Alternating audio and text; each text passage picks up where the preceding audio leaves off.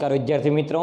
તો હવે આપણે આજે સ્વાધ્યાયનો 11 નંબરનો દાખલો અને સ્વાધ્યાયનો 12 નંબરનો દાખલો બંને દાખલા એક સરખા દાખલા છે, એટલે આ દાખલાની રકમ પરથી આ દાખલા ઉપર આપણે આવવાનું છે। ઓકે, એટલે બંને દાખલા એકી સાથે પૂછી શકાય છે।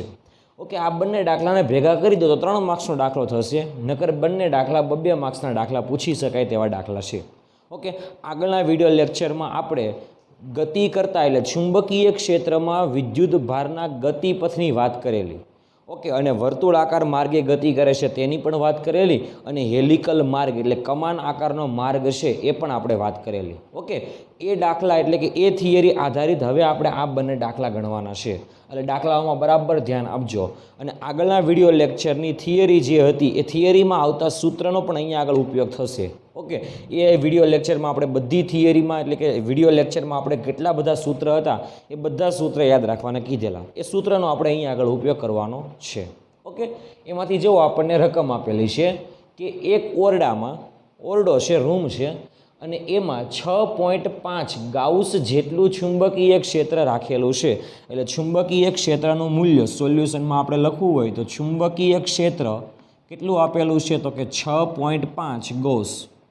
એક ગૌસ એટલે આપણે કીધેલું કે 10⁻⁴ ટેસ્લા થશે, એટલા માટે આપણે કહી શકાય કે ચુંબકીય ક્ષેત્ર જે છે એ 6.5 × 10⁻⁴ ટેસ્લા જેટલું થશે। ઓકે, ચાલો, આ ક્ષેત્રમાં એટલે આ ચુંબકીય ક્ષેત્રમાં ઇલેક્ટ્રોન લંબ રૂપે 4.8 × 10⁻⁶ મીટર/સેકન્ડની ઝડપથી છોડવામાં આવે છે। મતલબમાં ઓરડો છે ને ઓરડામાં એક સમાન ચુંબકીય ક્ષેત્ર આટલા ટેસ્લાનું છે, અને આ ચુંબકીય ક્ષેત્રને લંબ રૂપે એક ઇલેક્ટ્રોન છોડવામાં આવે છે। ઓકે, એટલે ઇલેક્ટ્રોન લંબ રૂપે આવે છે, એટલે ઇલેક્ટ્રોનનો વેગ પ્રારંભમાં વેગ જે છે એ કેટલો છે તો કે 4.8 × 10⁻⁶ મીટર/સેકન્ડ। ઓકે, એટલે આપણે આગળના વિડિયો લેક્ચરમાં વાત કરેલી કે ઇલેક્ટ્રોન જ્યારે ચુંબકીય ક્ષેત્રને લંબ રૂપે આવે ત્યારે એ કેવા માર્ગે ગતિ કરવા લાગશે? વર્તુળાકાર માર્ગે ગતિ કરવા લાગશે। અને જો ચુંબકીય ક્ષેત્ર સાથે અમુક અંશનો ખૂણો બનાવીને આવશે તો એ ક્ષેત્ર સાથે અમુક અંશનો ખૂણો બનાવશે એટલે વર્તુળાકાર માર્ગે તો ગતિ કરશે, પરંતુ એ વર્તુળાકાર માર્ગ નહીં હોય, એ હેલિકલ માર્ગ હશે। ઓકે, એટલે કે આપણે કીધેલું તે પ્રમાણે કમાન આકારનો માર્ગ હશે તો વર્તુળાકાર જ, પણ ફરીને ત્યાં નહીં આવે, થોડો આગળ જતો જશે। ખ્યાલ આવ્યો આ વસ્તુમાં? ઓકે, અહીંયા આગળ એક્ઝેક્ટ લંબ રૂપે આવે છે, એટલા માટે આપણે કહી શકાય કે વર્તુળાકાર માર્ગે ગતિ કરશે। ક્યાં? તો કે ચુંબકીય ક્ષેત્રમાં। આગળ ઇલેક્ટ્રોનનો ગતિ માર્ગ કેવો છે? વર્તુળાકાર છે। થઈ ગયું? ઓકે, તો વર્તુળાકાર માર્ગની શું મેળવવાની છે? ત્રિજ્યા। આપણે ખબર હતી કે વર્તુળાકાર માર્ગની ત્રિજ્યાનું સૂત્ર આગળના વિડિયો લેક્ચરમાં હાઇલાઇટ પણ કરાવેલું, અને એવું પણ કીધેલું કે આ સૂત્ર ફરજિયાત યાદ રાખવાનું છે। ઓકે, તો એ સૂત્ર હતું વર્તુળાકાર માર્ગની ત્રિજ્યા એટલે ચુંબકીય ક્ષેત્રમાં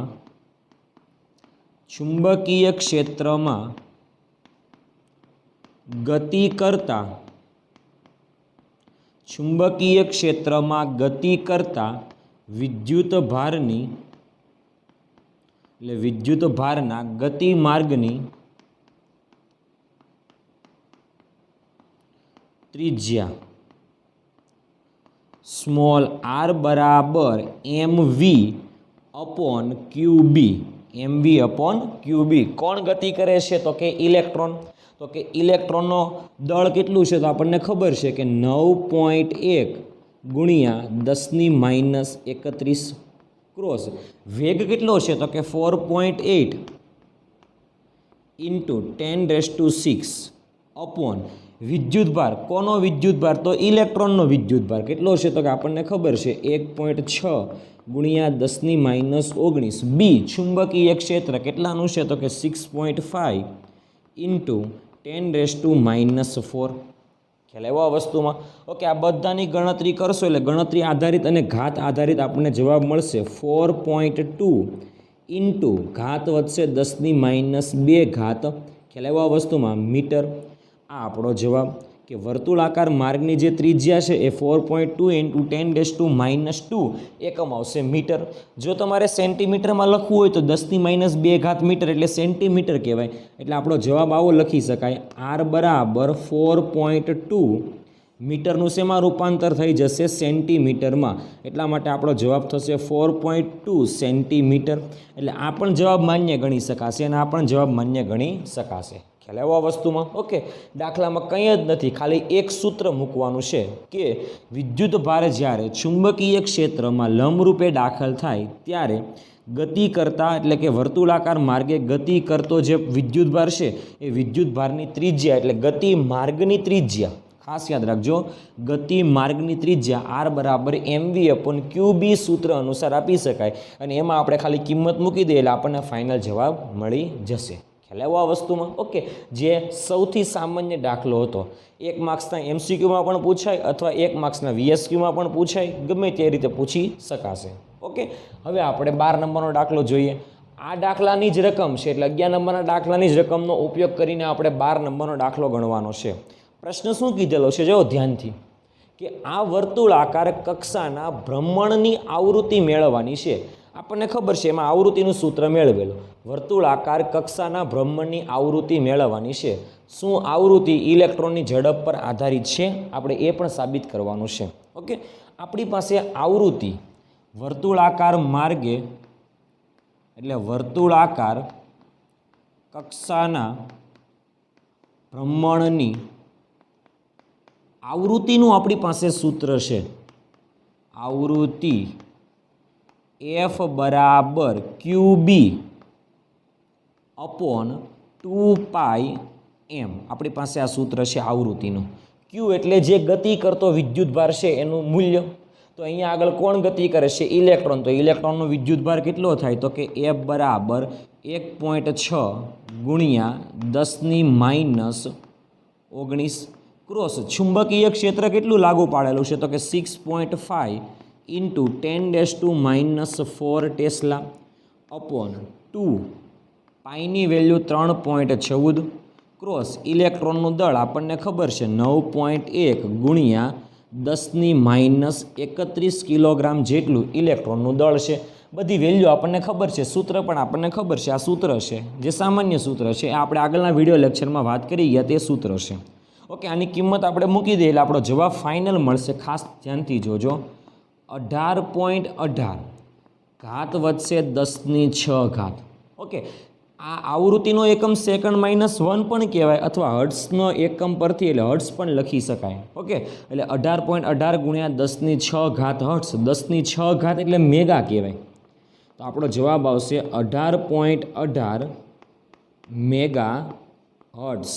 આટલી આવૃત્તિ હશે વર્તુળાકાર માર્ગ એટલે કે વર્તુળાકાર ગતિ કરતા ઇલેક્ટ્રોનના ભ્રમણની આવૃત્તિ. ખ્યાલ આવ્યો? કેટલી હશે? 18.18 મેગાહર્ટ્ઝ. ઓકે, આને આપણે સમીકરણ નંબર 1 આપી દઈએ. હવે આવૃત્તિ જે સૂત્ર છે આવૃત્તિની, એ આવૃત્તિના સૂત્રમાં ક્યાંય ઝડપ આવે છે? તો કે નહીં. એટલા માટે આપણને બીજો પ્રશ્ન પૂછેલો છે કે શું આવૃત્તિ ઇલેક્ટ્રોનની ઝડપ ઉપર આધાર રાખશે? તો કે નહીં, આવૃત્તિ ઇલેક્ટ્રોનની ઝડપ ઉપર આધાર રાખશે નહીં. કેમ? તો કે આ સૂત્રમાં ક્યાંય ઝડપ તો આવતું જ નથી. તો આપણે લખી શકાય કે સમીકરણ 1 આવૃત્તિના સૂત્રમાં ઝડપ આવતી ન હોવાથી આવૃત્તિ એ ઇલેક્ટ્રોનની ઝડપ પર આધારિત નથી. આવૃત્તિ એ ઇલેક્ટ્રોનની ઝડપ પર આધારિત નથી. ખાસ યાદ રાખવાનું છે. અહીંયા આગળ લખેલું છે શું આધારિત છે? તો કે નહીં, આવૃત્તિ એ ઇલેક્ટ્રોનની ઝડપ પર આધારિત છે નહીં. ખ્યાલ આવ્યો આ વસ્તુમાં વિદ્યાર્થી મિત્રો? ઓકે, તો આ તો સ્વાધ્યાયનો 11 નંબરનો દાખલો અને સ્વાધ્યાયનો 12 નંબરનો દાખલો. બંને દાખલા આપણે જે આગળનો વિડીયો લેક્ચર ભણી ગયા એ વિડીયો લેક્ચરમાં આવતા સૂત્ર આધારિત દાખલા છે, એટલે બરાબર તૈયાર કરવાના છે. ઓકે વિદ્યાર્થી મિત્રો, તો હવે આપણે સ્વાધ્યાયનો 19 નંબરનો દાખલો જોઈએ. ઓકે, ધ્યાનથી જુઓ કે કેથોડ ગરમ થવાથી ઉત્સર્જાયેલો ઇલેક્ટ્રોન 2 કિલો વોલ્ટના વિદ્યુત સ્થિતિમાનના તફાવત વડે પ્રવેગિત થઈને 0.15 ટેસ્લાના ચુંબકીય ક્ષેત્રમાં દાખલ થાય છે.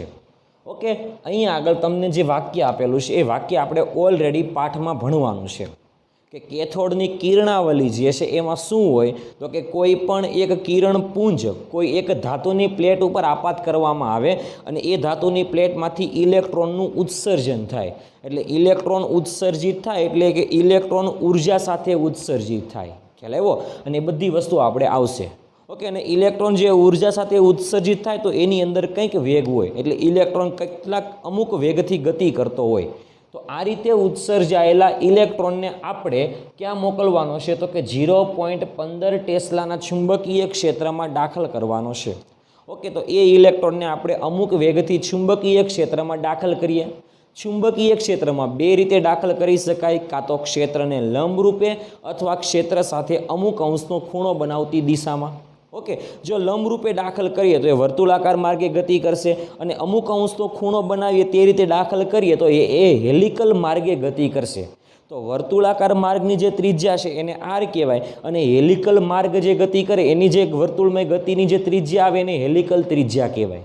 ઓકે, એટલે ખાસ યાદ રાખવાનું છે. આપણે આગળ વાત કરીએ. આપણે તો શું માગેલું છે આપણને કે જ્યારે ચુંબકીય ક્ષેત્રને લંબરૂપે અને બીજું ચુંબકીય ક્ષેત્ર સાથે 30 અંશનો ખૂણો બનાવે, ચુંબકીય ક્ષેત્ર સાથે 30 અંશનો ખૂણો બનાવે ત્યારે ઇલેક્ટ્રોનના ગતિ માર્ગની ત્રિજ્યા મેળવો. આ બંને વસ્તુ મેળવવાની છે. એમાં આપણે સૌ પ્રથમ આ એ ઓપ્શન લઈએ કે ચુંબકીય ક્ષેત્રને લંબરૂપે દાખલ થાય ત્યારે એની પહેલાં આપણને જે વસ્તુ આપેલી છે ને લખી દઈએ. 2 કિલો વોલ્ટનું સ્થિતિમાન આપેલું છે, એટલે ખાસ યાદ રાખજો વિદ્યુત સ્થિતિમાન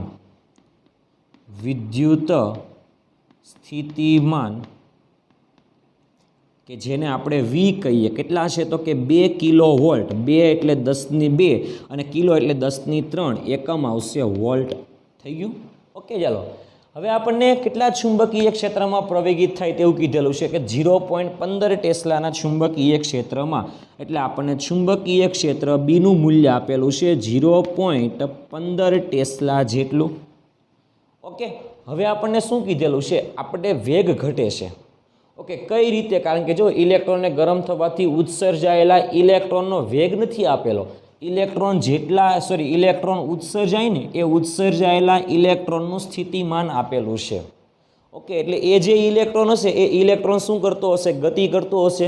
તો કે ગતિ કરે એટલે એની પાસે ગતિ ઉર્જા હશે. એટલા માટે આપણે કહી શકાય, સૂત્ર આપણે આવશે એની પહેલાં આપણે અત્યારે જસ્ટ ખાલી સ્વીકારી લઈએ કે જ્યારે આવો દાખલો હોય કે ઉત્સર્જાયેલા ઇલેક્ટ્રોન એટલે કોઈ પણ ધાતુની સપાટી ઉપર કિરણ આપાત કરવામાં આવે અને એમાંથી ઉત્સર્જાયેલો ઇલેક્ટ્રોન જે છે એ ઇલેક્ટ્રોનની ગતિ ઉર્જા કેટલી હોય તે ખાસ ધ્યાન આપજો.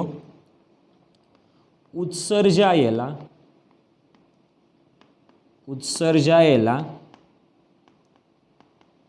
ઇલેક્ટ્રોનની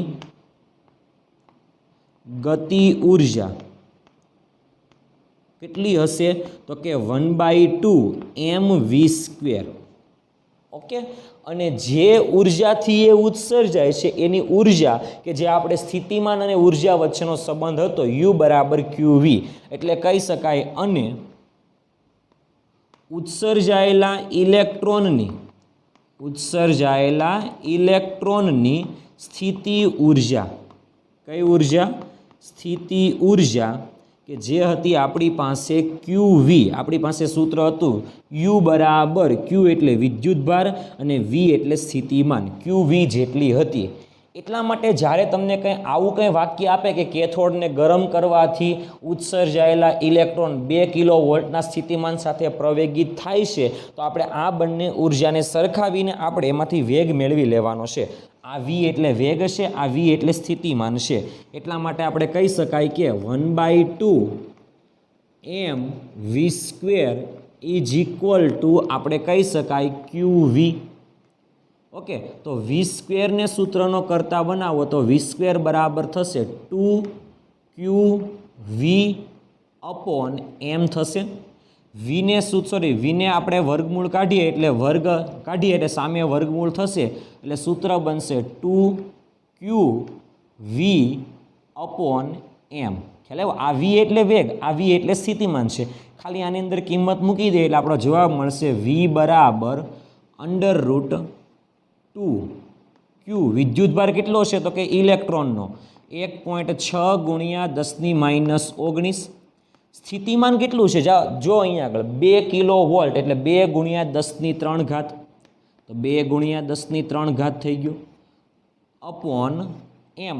ઇલેક્ટ્રોનનું દળ કેટલું છે તો કે 9.1 ગુણ્યા 10⁻31 ઘાત.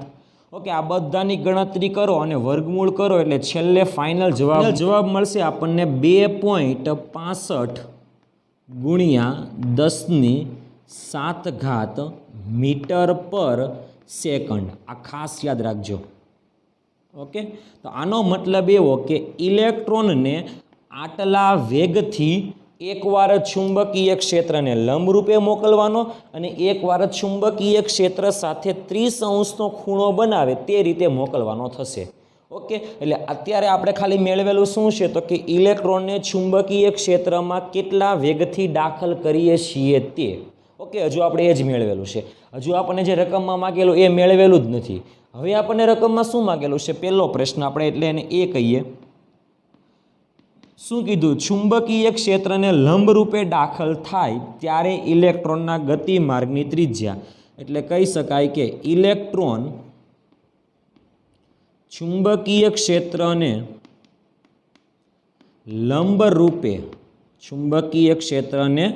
લંબરૂપે દાખલ થાય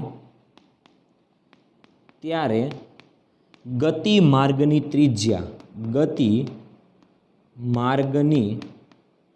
ત્રિજ્યા કે જેનું સૂત્ર હતું સ્મોલ આર બરાબર mv અપોન QB.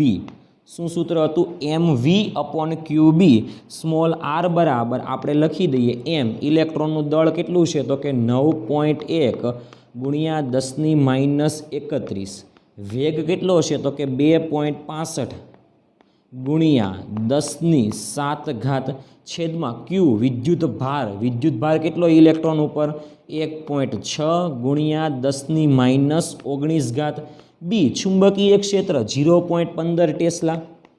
આ બધાની ગણતરી કરો, ઘાત ખસેડો એટલે આપણને જવાબ મળશે સ્મોલ આર બરાબર 1 ગુણ્યા 10⁻3 ઘાત મીટર. એટલે આ પણ જવાબ લખી શકાય કે 1 ગુણ્યા 10⁻3 ઘાત મીટર. 10⁻3 ઘાત મીટરને મિલીમીટર કહેવાય એટલે સ્મોલ આર બરાબર જવાબ આવશે 1 મિલીમીટર ત્રિજ્યા હશે વર્તુળાકાર માર્ગની. ઓકે, એટલે કહી શકાય કે વર્તુળાકાર માર્ગની ત્રિજ્યા 1 મિલીમીટરની હશે. કેટલા મિલીમીટર? 1 મિલીમીટર હશે. ક્યારે? જ્યારે ઇલેક્ટ્રોન ચુંબકીય ક્ષેત્રને લંબરૂપે દાખલ થાય ત્યારે. આ ખાસ યાદ રાખવાનું છે. ઇલેક્ટ્રોન ચુંબકીય ક્ષેત્રને લંબરૂપે દાખલ થાય ત્યારે એના ગતિ માર્ગની ત્રિજ્યા 1 મિલીમીટર જેટલી હશે.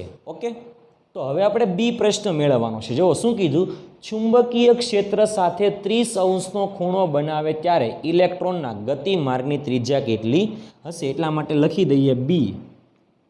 ચુંબકીય ક્ષેત્ર સાથે 30 અંશનો ખૂણો બનાવે એટલા માટે કીધેલું તે પ્રમાણે વેગ જે છે એના બે ઘટક હશે. એક લંબ ઘટક એટલે ચુંબકીય ક્ષેત્રને લંબ ઘટક અને બીજો ચુંબકીય ક્ષેત્રને સમાંતર ઘટક. ખ્યાલ આવ્યો? ચુંબકીય ક્ષેત્રને જે સમાંતર ઘટક હતો એ શેમાં ઉપયોગ થતો હતો તો કે ઇલેક્ટ્રોન જે છે એ ઇલેક્ટ્રોનને આપણે કીધેલું તે પ્રમાણે ખસેડવા માટે. આ રીતે ખ્યાલ આવ્યો આ વસ્તુમાં વિદ્યાર્થી મિત્રો? એટલે બરાબર ધ્યાન આપજો. ચુંબકીય ક્ષેત્રને સમાંતર ઘટક એ શું કામ આવતો હતો તો કે આપણે કીધેલું તે પ્રમાણે ચુંબકીય ક્ષેત્રમાં ઇલેક્ટ્રોન જે ગતિ કરે છે એ ઇલેક્ટ્રોનને ગતિ કરે ત્યારે ખસેડવા માટે કામ આવતો હતો. ખ્યાલ આવ્યો આ વસ્તુમાં? ઓકે, પરંતુ જે લંબ ઘટક છે એ લંબ ઘટક આપણે કીધેલું તે પ્રમાણે વર્તુળાકાર માર્ગે ગતિ કરાવવામાં કામ આવશે. કેવા માર્ગે? વર્તુળાકાર માર્ગે ગતિ કરાવવામાં કામ આવશે. ખ્યાલ આવ્યો આ વસ્તુમાં? ઓકે, તો ત્યારે આપણે જે પેચ અંતર હતું એ પેચ અંતરનું સૂત્ર મેળવેલું. ખ્યાલ આવ્યો આ વસ્તુમાં? ઓકે, એ પેચ અંતરનું સૂત્રમાં શું આવતો હતો? Cos theta. કારણ કે આપણે કીધેલું કે જે સમાંતર ઘટક છે ચુંબકીય ક્ષેત્રને એ પેચ અંતરમાં કામ આવતો હતો એટલે ઘસેડવામાં કામ આવતો હતો. પરંતુ લંબ ઘટક જે છે એ વર્તુળાકાર માર્ગે ગતિ કરાવવામાં કામ આવે છે.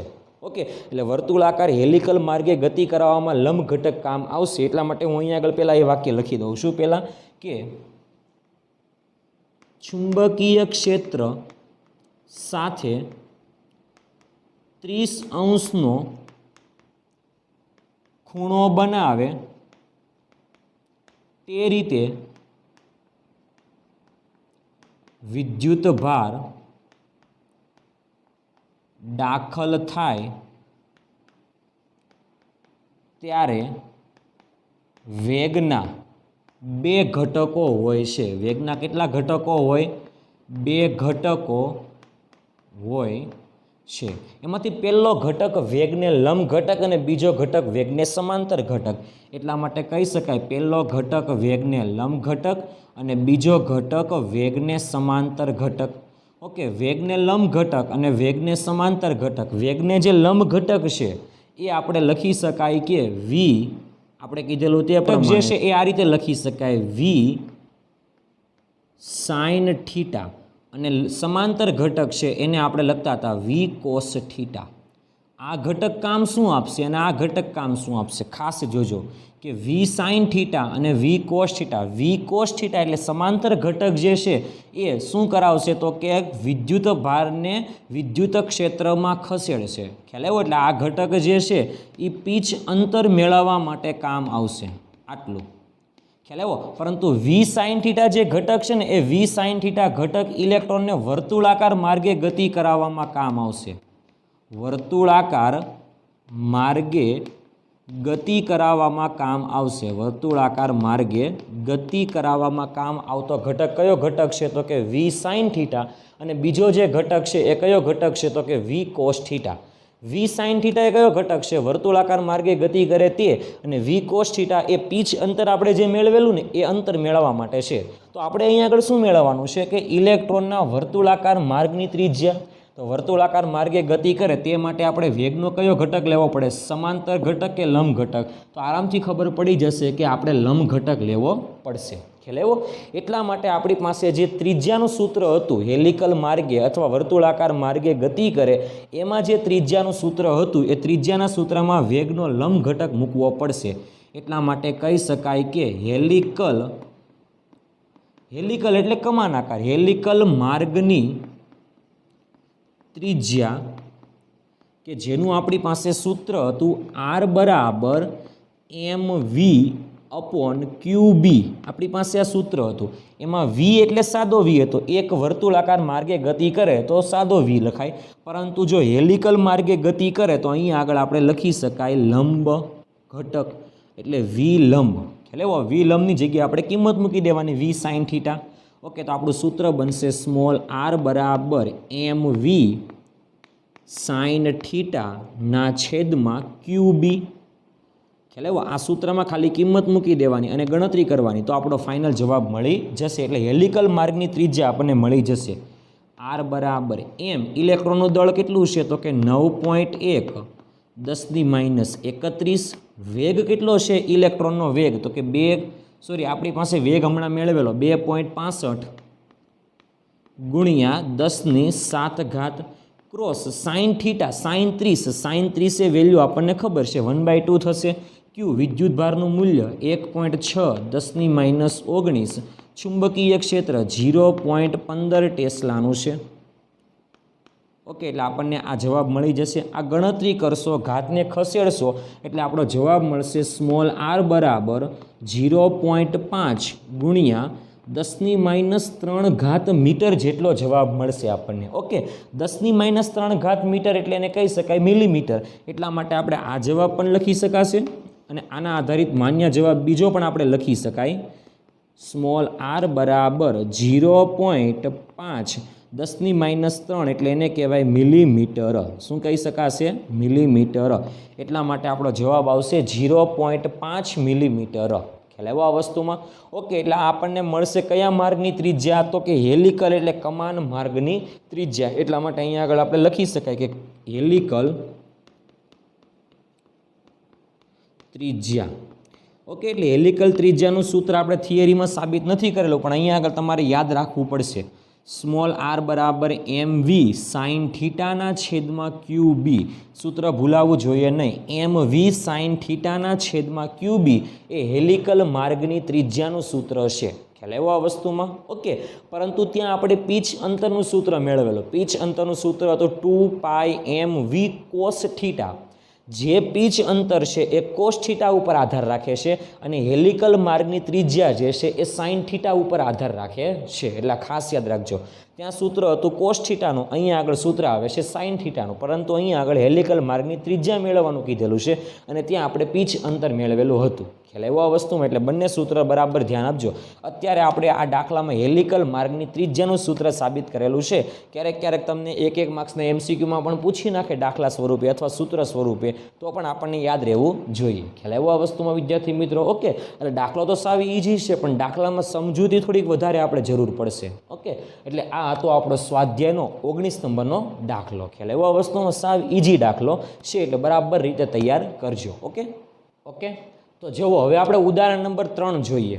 ઉદાહરણ નંબર 3 શું કીધેલું છે કે 6 × 10⁻⁴ ટેસ્લાનું ચુંબકીય ક્ષેત્ર છે અને આ ચુંબકીય ક્ષેત્રને લંબ રૂપે 3 × 10⁻⁷ મીટર/સેકન્ડની ઝડપથી એક ઇલેક્ટ્રોન ગતિ કરે છે. ઓકે. એટલે ચુંબકીય ક્ષેત્રમાં ઇલેક્ટ્રોન ગતિ કરતો હોય તો ઇલેક્ટ્રોનનો ગતિ માર્ગ કેવો હશે? તો કે વર્તુળાકાર. ઓકે. તો આપણને શું કીધેલું છે મેળવવાનું કે ગતિ કરે છે તો કે વર્તુળાકાર માર્ગે ગતિ કરે તો વર્તુળાકાર માર્ગની ત્રિજ્યા, પરિભ્રમણની આવૃત્તિ અને તેની ઉર્જા કિલો ઇલેક્ટ્રોન વોલ્ટમાં મેળવો. ઓકે. એટલે 3 વસ્તુ મેળવવાની છે. આપણને એમાંથી 2 વસ્તુ આપણે આગળના દાખલામાં વારંવાર મેળવીએ છીએ કે વર્તુળાકાર માર્ગે ગતિ કરે તેનું ત્રિજ્યાનું પણ સૂત્ર આપણને ખબર છે અને આવૃત્તિનું પણ સૂત્ર આપણને ખબર છે. તો આપણે સોલ્યુશનમાં લખી શકાય. જે વસ્તુ પહેલાં આપેલું છે એ આપણે પહેલાં લખી નાખીએ. ચુંબકીય ક્ષેત્ર તમને આપેલું છે બી. કેટલું આપેલું છે? તો કે 6 × 10⁻⁴ ટેસ્લા. ઓકે. વેગ આપણને આપેલો છે 3 × 10⁷ મીટર/સેકન્ડ. આટલો આપણને વેગ આપેલો છે. ઓકે. ચાલો, આપણને શું કીધેલું છે કે વર્તુળાકાર માર્ગની ત્રિજ્યા. તો આપણે પહેલું મેળવી લઈએ. વર્તુળાકાર માર્ગની ત્રિજ્યા કે જેને આપણે કહીએ small r is equal to આપણી પાસે સૂત્ર છે mv/QB. ઓકે. આ સૂત્રમાં આપણે ખાલી કિંમત મૂકવાની છે. એમ એટલે ઇલેક્ટ્રોન છે, એટલે ઇલેક્ટ્રોનનું દળ 9.1 10⁻31. વેગ કેટલા વેગથી ગતિ કરે છે? તો કે 3 × 10⁷ મીટર/સેકન્ડના વેગથી ગતિ કરે છે. વિદ્યુતભાર કેટલો છે? 1.6 × 10⁻19. ચુંબકીય ક્ષેત્ર કેટલું છે? તો કે 6 × 10⁻⁴ ટેસ્લા. ઓકે. આ બધાની ગણતરી કરશો, ઘાત ખસેડશો એટલે જવાબ આવશે આપણને 28.1 × 10⁻². એકમ આવશે મીટર. આ પણ જવાબ માન્ય ગણી શકાય. જો તમારે 10⁻² મીટરમાં ન લખવો હોય તો સેન્ટીમીટરમાં લખવો હોય તો આપણો જવાબ આવશે સ્મોલ આર બરાબર 10⁻² મીટર એટલે સેન્ટીમીટર કહેવાય. એટલે આપણો જવાબ આવે 28.1 સેન્ટીમીટર. ખ્યાલ આવ્યો આ વસ્તુમાં? એટલા માટે આપણો જવાબ થશે વર્તુળાકાર માર્ગની ત્રિજ્યાનો 28.1 સેન્ટીમીટર. ઓકે. હવે આપણને આગળનો પ્રશ્ન કીધેલો છે કે પરિભ્રમણની આવૃત્તિ કેટલી થશે તે. તો પરિભ્રમણની આવૃત્તિનું સૂત્ર આપણી પાસે હતું F બરાબર 2πm/QB. આપણી પાસે આવૃત્તિનું સૂત્ર હતું 2πm/QB. એ સૂત્ર જ મૂકવાનું છે ડાયરેક્ટ કે પરિભ્રમણની આવૃત્તિ કે જેનું આપણી પાસે સૂત્ર હતું F બરાબર QB/2πm. QB/2πm. 2πm/QB તો આવર્તકાળનું સૂત્ર હતું, પણ QB/2πm આપણું સૂત્ર હતું આવૃત્તિનું. Q એટલે વિદ્યુતભાર કેટલો છે? તો કે 1.6 × 10⁻19. બી ચુંબકીય ક્ષેત્ર આપણને આપેલું છે કેટલું છે? તો કે 6 × 10⁻⁴ ટેસ્લાનું ચુંબકીય ક્ષેત્ર છે. ડિવાઇડેડ બાય 2, પાઈની વેલ્યુ 3.14. ક્રોસ એમ દળ, ઇલેક્ટ્રોનનું દળ કેટલું છે? તો કે 9.1 ગુણ્યા 10⁻31 કિલોગ્રામ જેટલું દળ છે. આ બધાની ગણતરી કરશો અને ગણતરી આધારિત આપણને જવાબ મળશે F બરાબર 17.1 ગુણ્યા ઘાત વધશે 10⁶ એકમ આવશે હર્ટ્ઝ. તો 17.1 ગુણ્યા 10⁶ હર્ટ્ઝ, 10⁶ હર્ટ્ઝ એટલે એને કહી શકાય મેગા. તો F બરાબર આપણે કહી શકાય કે 17.1 એકમ આવશે, સોરી મેગા હર્ટ્ઝ. ખ્યાલ આવ્યો? મેગા એટલે 10⁶, એટલા માટે કહી શકાય કે 17.1 મેગા હર્ટ્ઝ જેટલી આવૃત્તિ હશે.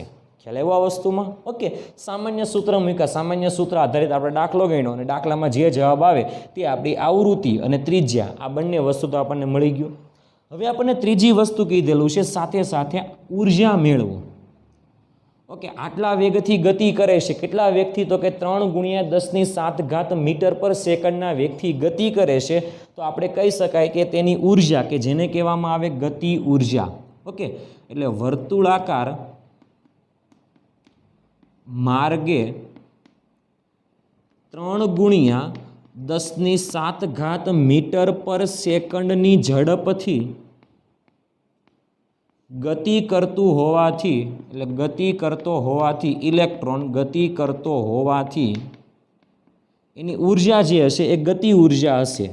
તો ગતિ ઉર્જા ઇઝ ઇક્વલ ટુ આપણી પાસે સૂત્ર છે K બરાબર 1/2 mv². ઓકે, એમ એટલે દળ, વી એટલે વેગ, અને આપણે બંનેનો ગુણાકાર કરીને આપણે ડાયરેક્ટ જવાબ જ લખવાનો છે. ઓકે, ચાલો, તો 1/2 એમ ઇલેક્ટ્રોનનું દળ કેટલું? 9.1 ગુણ્યા 10⁻31 ક્રોસ વેગ કેટલો છે જુઓ ધ્યાનથી, 3 ગુણ્યા 10⁷ એનો વર્ગ કરવાનો, 3 ગુણ્યા 10⁷ આખા પદનો વર્ગ કરી દેવાનો. ઓકે, આખા પદનો વર્ગ કર્યા બાદ એને 9.1 વડે ગુણાકાર કરવાનો, ડિવાઇડેડ બાય 2 કરવાના, એટલે આપણને ટોટલ ગતિ જવાબ મળશે 40.5 ગુણ્યા 10⁻17 જૂલ જેટલી ઉર્જા હશે. ઓકે, એટલે આ જે ઉર્જા છે એ ગતિ ઉર્જા છે અને એ ઉર્જા આપણને જૂલમાં મળે છે, કારણ કે ઉર્જાનો એકમ આપણે કહીએ તે પ્રમાણે જૂલ છે. ઓકે, પરંતુ આપણને ઉર્જા શેમાં મેળવવાની કીધેલી છે? કિલો ઇલેક્ટ્રોન વોલ્ટમાં. શેમાં મેળવવાની કીધેલી છે? કિલો ઇલેક્ટ્રોન વોલ્ટમાં. ખ્યાલ આવ્યો આ વસ્તુમાં? એટલે તમારે શું કરવાનું છે, ખાસ ધ્યાનથી જોજો અહીંયા આગળ, કે અહીંયા આગળ જૂલને તમારે શેમાં ફેરવવાનું છે? ઇલેક્ટ્રોન વોલ્ટમાં. ને કિલો એટલે 10⁻³ ખાલી થશે, બાકી બીજું કંઈ આવશે નહીં. ઓકે, તો તમને અહીંયા આગળ એક સંબંધ આપેલો છે, 1 ઇલેક્ટ્રોન વોલ્ટ બરાબર 1.6 ગુણ્યા 10⁻19 જૂલ. એટલે ઇલેક્ટ્રોન વોલ્ટને જો તમારે જૂલમાં ફેરવવો હોય તો તમારે 1.6 ગુણ્યા 10⁻19 વડે ગુણવા પડે, પરંતુ જો તમારે જૂલને ઇલેક્ટ્રોન વોલ્ટમાં ફેરવવો હોય તો તમારે 1.6 ગુણ્યા 10⁻19 વડે ભાગાકાર કરવો પડે. એટલે ખાસ યાદ રાખજો, આના ઉપરથી આપણે કહી શકાય કે 1 જૂલ બરાબર શું લખી શકાય? તો કે 1 ભાગ્યા 1.6 ગુણ્યા 10⁻19 આ શેમાં મળશે? આપણને ઇલેક્ટ્રોન વોલ્ટમાં મળશે. એટલે કે જો તમારે ઇલેક્ટ્રોન વોલ્ટનું જૂલમાં ફેરવવું હોય તો તમારે 1.6 ગુણ્યા 10⁻19 વડે ગુણાકાર કરવો પડશે, અને જો તમારે જૂલનું ઇલેક્ટ્રોન વોલ્ટમાં રૂપાંતર કરવું હોય તો તમારે 1.6 ગુણ્યા 10⁻19 વડે ભાગાકાર કરવો પડશે. આપણે શું કરવાનું છે? જૂલનું શેમાં રૂપાંતર કરવાનું છે? ઇલેક્ટ્રોન વોલ્ટમાં રૂપાંતર કરવાનું છે. તો આ સમીકરણને આપણે કેટલા વડે ભાગાકાર કરવો પડશે? 1.6 ગુણ્યા 10⁻19 વડે ભાગાકાર કરવો પડશે. તો K બરાબર આપણે લખી શકાય 40.5 ગુણ્યા 10⁻17 છેદમાં કેટલા વડે ભાગાકાર કરવો પડે? 1.6 ગુણ્યા 10⁻19 વડે. ઓકે, આ બધાની ગણતરી કરો, ઘાતને ખસેડો, ઘાત કિલો એટલે 10⁻³ રહેવી જોઈએ. ઓકે, એટલે આપણો જવાબ આવશે અત્યારે 25.5 ગુણ્યા અહીંયા -17, અહીંયા -19, ઉપર આવે તો 10⁻2 થશે. 1 પોઈન્ટ આગળ જવા દઉં તો 2.5 નિયરલી ઇક્વલ ટુ આપણે આવું લખી શકાય 2.5 ગુણ્યા 10⁻³ ઇલેક્ટ્રોન વોલ્ટ. 10⁻³ ઇલેક્ટ્રોન વોલ્ટ એટલે કહી શકાય કિલો ઇલેક્ટ્રોન વોલ્ટ. એટલા માટે આપણે જવાબ લખી શકાય K બરાબર ગતિ ઉર્જા 2.5 કિલો ઇલેક્ટ્રોન વોલ્ટ. ખ્યાલ આવ્યો? એટલે આપણને આટલા ઇલેક્ટ્રોન વોલ્ટ જેટલી ઉર્જા ગતિ ઉર્જા સ્વરૂપે મળશે. એટલે ખાસ યાદ રાખવાનું છે. ઓકે, એટલે અહીંયા આગળ જે ત્રીજો પ્રશ્ન પૂછેલો છે ને ઉર્જા, એ સૌથી અગત્યનો પ્રશ્ન છે. એટલે બરાબર તમે ધ્યાન આપજો કે ઉર્જા કેટલી હોય તે.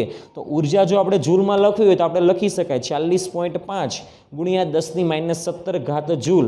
પરંતુ જો તમારે ઇલેક્ટ્રોન વોલ્ટ પરંતુ કિલો ઇલેક્ટ્રોન વોલ્ટમાં જોતી હોય તો તમારે લખી શકાય કે 2.5 કિલો ઇલેક્ટ્રોન વોલ્ટ. એટલા માટે તમારે આ બે કોન્સેપ્ટ યાદ રાખવા પડશે.